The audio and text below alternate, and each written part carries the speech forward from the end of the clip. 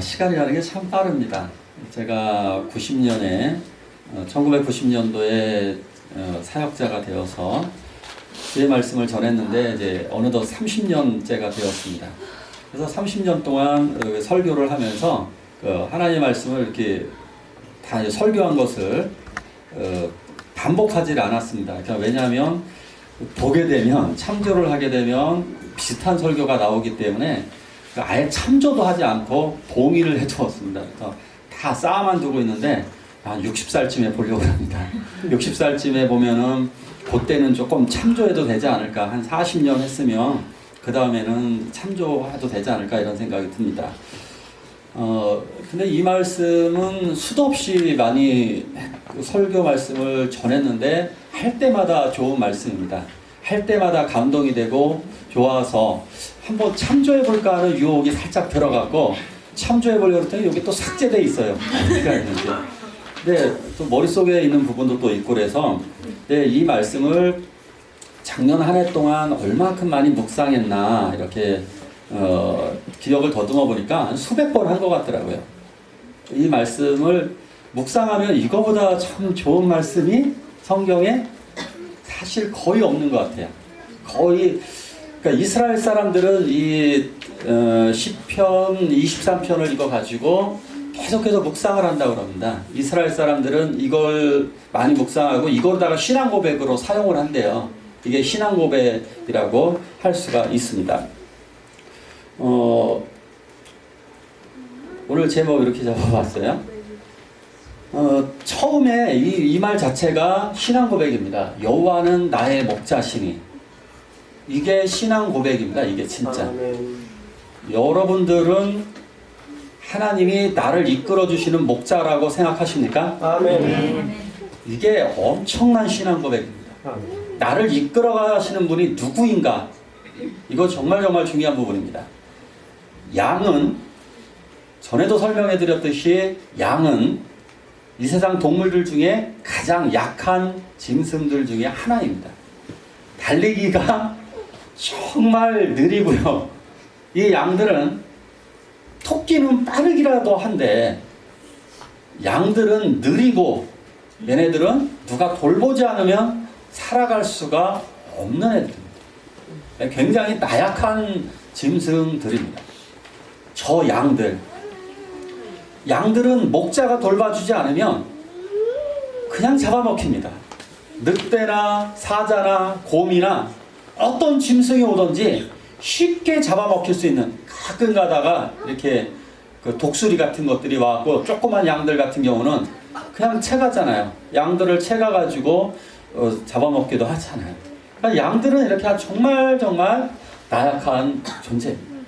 그래서 목자가 아니면 살아갈 수가 없는 게 양이잖아요. 여러분, 우리가 정말 그렇게 고백하냐고. 난 하나님 없으면 도저히 못 살아. 이게 여호와는 나의 목자십니다. 나는 하나님 없으면 난 죽을 것 같아. 이 얘기예요. 하나님만으로 난 충분해.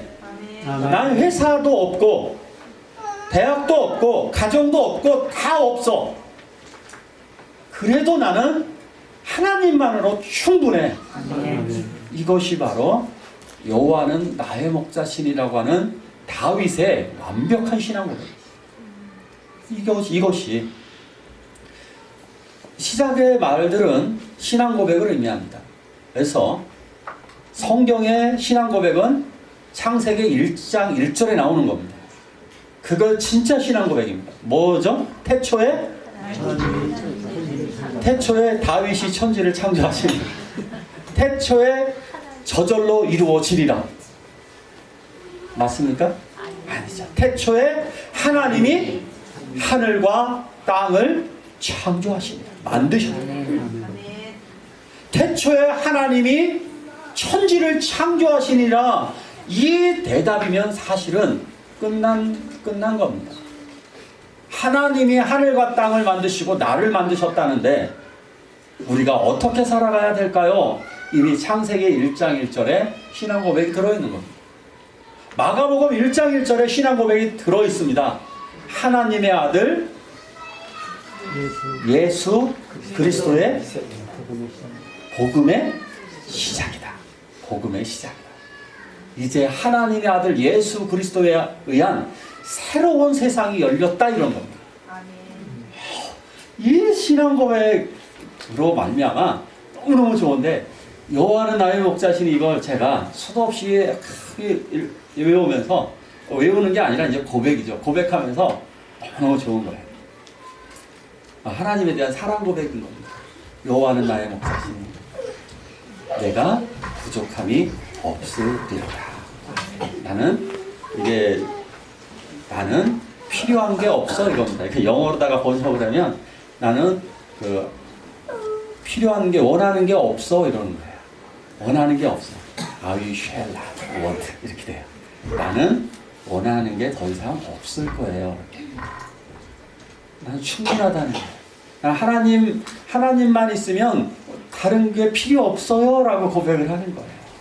이런 고백이 우리에게 늘 넘치길 축원합니다. 네. 자, 제가 한 절 끝내면 2절 읽어 주실까요? 시작. 그가 나를 푸른 물밭에 누이시며 쉴만한 물가로 인도하시는도다. 아멘. 양들은 아주 희한한 특성이 있죠. 양들이 이렇게 보면 풀밭에 누이시며 쉴만한 물가로 인도하신다. 둘 다 쉬는 겁니다. 쉬고 안식을 누리고 평온한 상태입니다. 양들을 눕게 하는 방법이 의외로 힘들답니다. 양들이 좀처럼 잘 눕지 않는답니다. 그러니까 양들이 눕지 않는 경우가 일반적으로 크게 두 가지입니다. 뭐 여러 가지 경우들이 있는데 일반적으로 크게 두 가지가 있습니다. 어떠한 상태가 돼야 눕느냐? 두 가지 상태가 거의 완전히 충족돼야 됩니다. 뭐 또 다른 것도 또 원인도 있는데 이 두 가지가 일단 큽니다. 첫째, 배불리 먹어야 된다. 배불리 충족히 먹어야지 적당히 먹으면 안 눕는답니다. 더 먹어야 된다. 양들 막 계속 뜯어 먹습니다. 이게 고재명 선교사님이 요르단에서 양 치는 걸 이렇게 쳐다봤는데 진짜 그렇답니다. 진짜 그 얘기를 했더라고요. 얘네들이 이스라엘이라든가 이런 중동 지방에 가면 땅이 안 좋았고 막 풀이 이렇게 자라. 이런 풀 사실 별로 없고 그냥 몽고 가도 그러는데 풀들이 요만하게 나 있는 데가 많습니다. 이렇게 사막 기후 같은 데 같아갖고 땅이 척박해갖고 요만한 풀들이 요만큼 돼 있대요.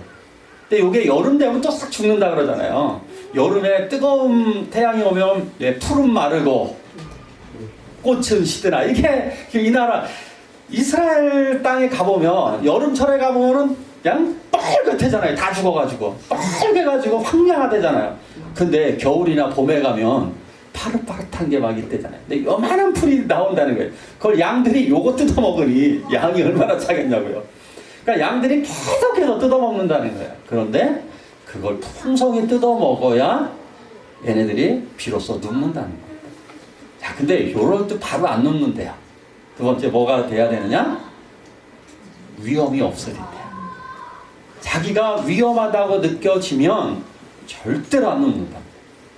주변을 두리번거려서 뭐 여우나 늑대 소리가 들리고 뭐 이런 절대 안 잔답니다. 그러니까 무서우면 안 잔다는 거예요. 자기네들이 안락함을 느껴야 되는 거예요. 그래서 이 우리로다가 인도하는 거예요. 우리로다가 양 우리로다가 자기네들이 익숙하게 잤던 거기로다가 잠자리 잘 수 있도록 충분히 먹여주고 물도 마시게 해주고 그리고 안전하게 해줄 때 양들은 그제서야 누워서 잔다는 거예요. 우리 하나님이 이러시잖아요. 우리 하나님이 우리를 인도하셔서 우리들 지금 따뜻한 집에서 아주 풍성히 밥을 먹으면서 우리들은 평안히 잠을 잘 수 있습니다. 그리고 금식기도 해보시면 알아요. 우리도 양하고 비슷해요. 금식기도 하잖아요. 한 3일 막 특히 이틀째가 고비인데요. 이틀 밤 되고 이제 3일째 되는 날 배가 고파서 잠이 안 와요. 근데 옆에서 누가 라면 끓여 먹잖아요. 그 라면 냄새 때문에 진짜 돌아버릴 것 같아요. 너무너무 힘이 들어요. 금식 기도를 해보셔야 돼요. 그래서 신앙생활 할 때 가끔 저 금식 기도 한번 이렇게 1년에 한 번 정도는 이렇게 금식 하시는 게 상당히 좀 도움이 될 거예요. 금식하고 그러면 우리들도 4일, 5일 굶으면 잠이 오겠냐고요. 먹고 싶지. 그리고 잔잔한 물가, 이 쉴만한 물가가 뭐냐면요. 양들은 또 희한한 특징이 있죠. 양들은 흐르는 물을, 겁이 많으니까 흐르는 물을 잘 못 마셔요. 자기네가 빠져 죽을 것 같고 막 이러니까 겁이 많아갖고 자꾸 뒷걸음질 쳐서 보통 목자들이, 물론 용감한 양들이 가끔 있어갖고 먹어요, 얘네들은. 근데 거의 상당수 양들이 겁이 많아가지고 그걸 못 마셔요. 그래서 양들이 마시게 하기 위해서 이렇게 또랑을 하나 해줍니다. 갖고 이렇게 물을 안쪽으로 들어오게 해줘요. 그래갖고 고기를, 물을 흐르지 않고 이렇게 잔잔하게 만들어주면 그제서야 여유 있게 마십니다. 겁이 많아서 그러는 거죠. 겁이 많은 애들에게 잔잔한 물가를 허락해줘서 그 물을 마시면서 그 물가에서 쉬는 겁니다. 우리 하나님이 생명수로 인도하여 주시고 예수 그리스도의 성령을 우리들에게 부어주셔서, 그래서 우리가 예수 안에서 진정한 쉼을 누릴 수가 있습니다. 아멘. 그래서 예수님을 진정으로 만나고 발견한 사람들은 마음이 평안합니다. 그런데 예수님을 만나기 전에는 불안합니다. 내일 걱정됩니다. 자녀 걱정되고 직장 걱정되고 이것저것 걱정과 염려로 살아갑니다. 그러나 예수님 품 안에서 생명수를 경험하신 분들은 진정한 평안이 우리들에게 있게 될 것입니다. 아멘. 세 번째 볼까요? 세 번째 읽습니다. 시작. 내 영혼을 소생시키시고 자기를 위하여 이리로 인도하시는다. 아멘. 내 영혼을 소생시키시고 인공호흡 하듯이 우리를 살려주신다는 거예요. 영혼은, 저것은 목숨으로도 번역할 수 있는 단어예요. 목숨하고 영혼이 좀 비슷한 단어인데요. 내 영혼, 내 목숨을 살려주신다. 소생시키신다. 내 영혼도 소생시키시고 내 목숨도 소생시키셔요. 인공호흡을 하셔서 우리들을 살려주시는 것입니다. 그래서 어디로 인도하실까요? 의의 길은 어떤 게 의의 길일까요? 의의 길. 의의 길이 어딜까요? 의의 길로. 의인. 구원의 길이에요. 의인이니까 구원의 길, 영생의 길. 우리를 구원하시는 의로운 자가 구원을 얻거든요. 의로운 자가 거할 수가 있는 거예요. 의로운 자, 구원을 얻는 길로 우리를 인도하시는 거예요.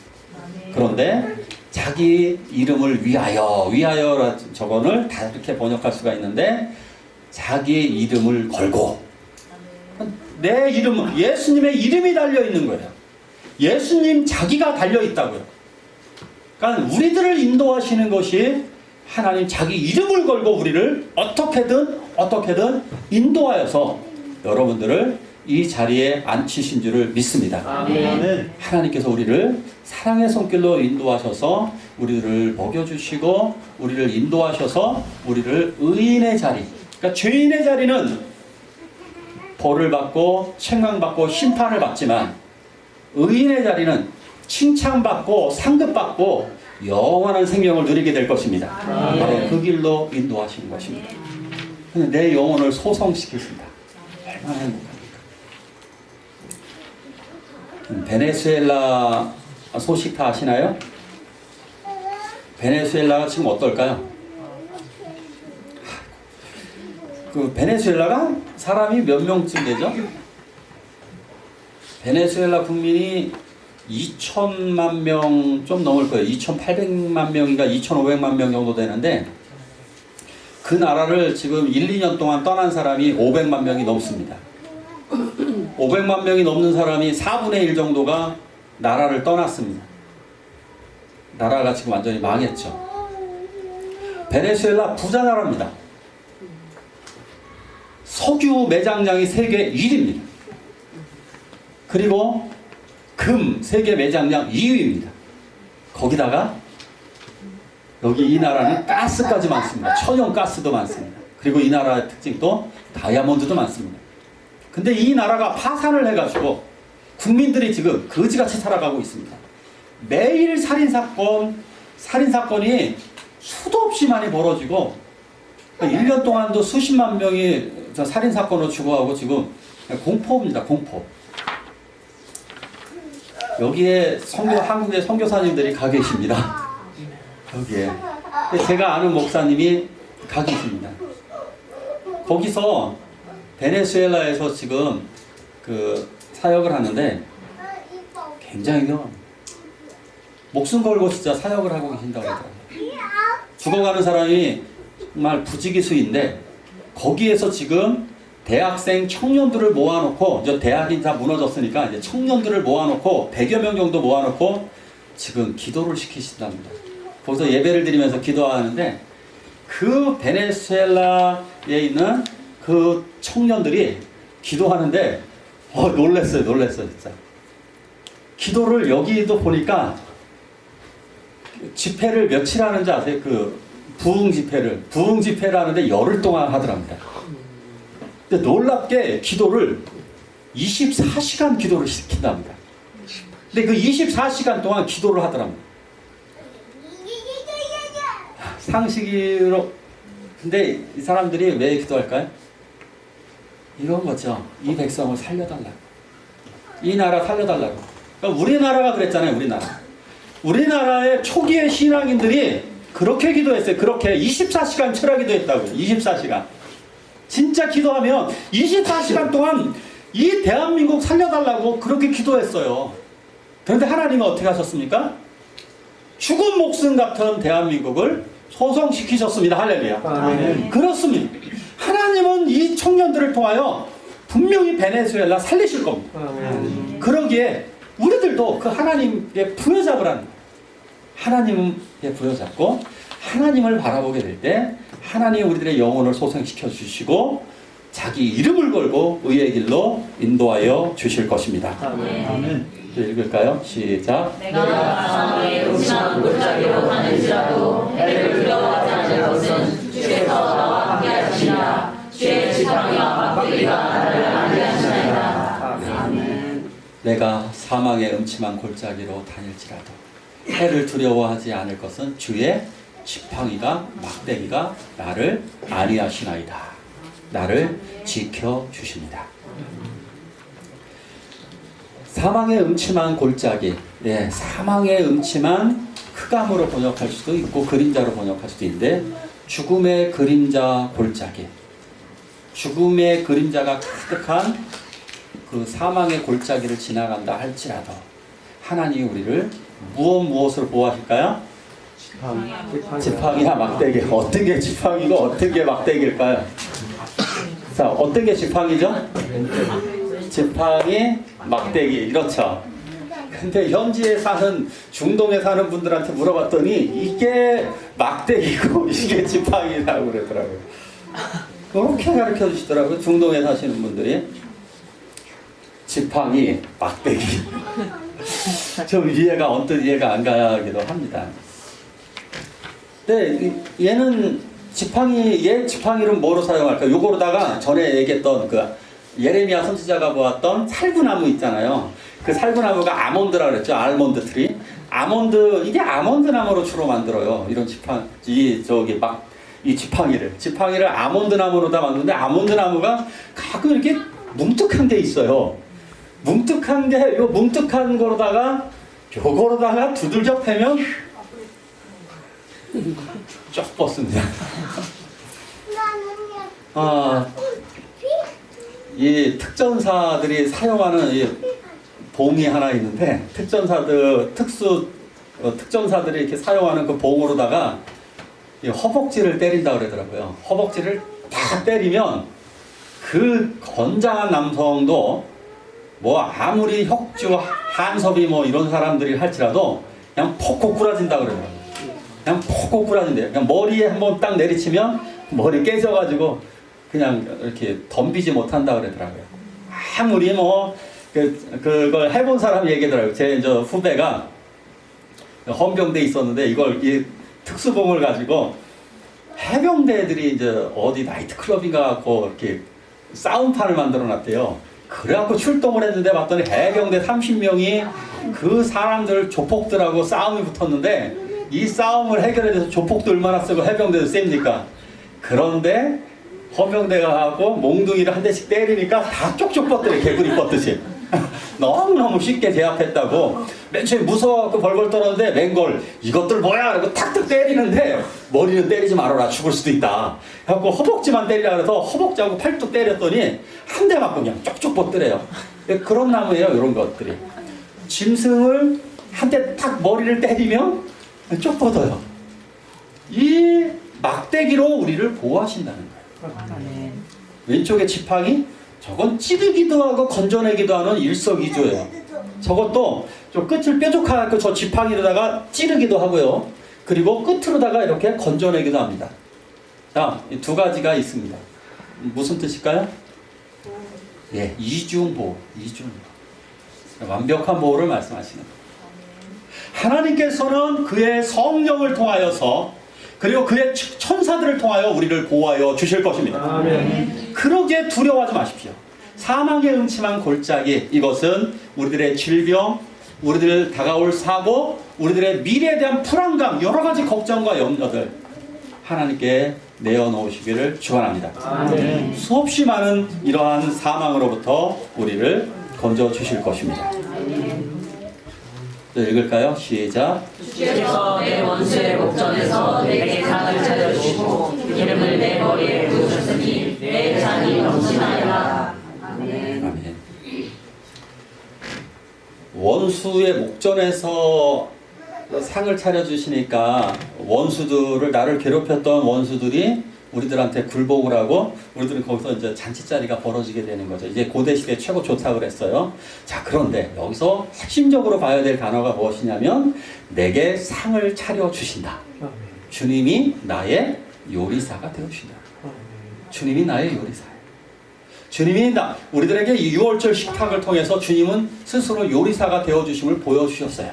자기 자신이 영원한 떡이 되어주시고 우리들에게 늘 먹여주시는 우리들의 엄마 같은 모습으로 등장하세요. 우리들의 어머니가 되어주시고 우리들의 요리사가 되어주시는 우리 주님. 우리 주님이 우리들에게 상을 차려주십니다.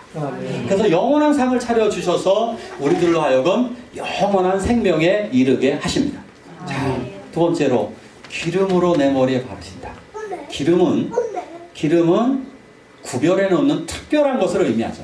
당신은 특별한 사람입니다. 기름 부은 사람은 하나님이 사용하시는 하나님의 특별한 선택을 의미하는 겁니다. 그래서 그 기름 부음으로 우리들을 특별히 선택하셔서 우리들 저 잔은 기쁨의 잔, 행복의 잔, 축복의 잔입니다. 은혜의 잔입니다. 저 기쁨의 잔이 늘 넘치게 될 것입니다.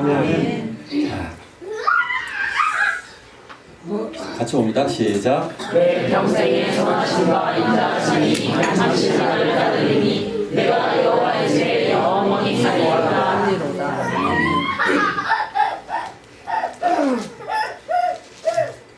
이거는 전에 한번 설명을 해드렸기 때문에 근데 너무 내용이 좋아서 다시 한번 반복을 하고자 합니다.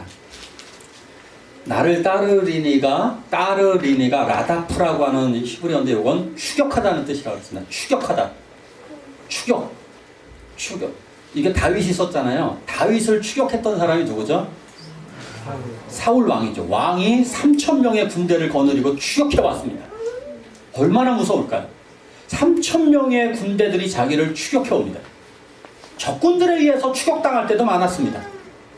적군들한테도 추격을 당하고 어떤 때는 이렇게 같은 아군인데도 왕에게 추격을 당하는 늘 공포에, 그러니까 다윗은 10년을 넘게, 어떤 사람은 뭐 20년 얘기하기도 하는데 10년을 넘게 추격을 당하고 늘 쫓겨다녔습니다. 늘 불안했습니다. 그런데 어느 순간 그가 깨닫게 됩니다. 어느 순간 자기를 목덜미를 딱 잡는 사람이 있어갖고 뒤를 확 돌아다 봤더니 그것이 누구였을까요? 알고 봤더니 주의 선하심과 인자하심이 나를 추격했다. 할렐루야. 제가 이거 밤거리 예도 한번 들었죠. 밤에 어떤 남자가 막 쫓아가요. 여성분들이 밤에 여자분들이 혼자 가는데 밤에 누군가 나를 추격해 옵니다. 뭐야, 무서워갖고 막 점점 빨리 걷는데 저 사람도 더 빨리 걷습니다. 안 되겠다, 뛰어야 되겠다, 막 뛰어갑니다. 저 사람도 뛰어옵니다. 갑자기 딱 으악 하고 쳐다보는데 아빠였습니다. 할렐루야. 너 왜 그래? 아빠야. 그때 기쁨이 어떨까요? 멈추게 돼요. 나를 아주 가까이에서 추격하시는 분이, 우리는 누군가 우리를 사실은 추격해 옵니다. 왜요? 죽음이 우리를 따라오고 있잖아요. 그렇죠? 죽음이 따라오고 있고 고통이 따라오고 있고 질병이 따라오고 있습니다. 그런데 그거보다 더 가까이에서 추격하고 있는 분이 누구냐? 바로 주님의 선하심과 인자하심이, 내 평생의 주의 선하심과 인자하심, 주님의 사랑이 우리를 따라 추격하고 있대요. 주님의 선하신 그분이 은혜가 나를 추격하고 있는 거예요. 주님의 사랑이 나를 추격하고 있어요. 바싹.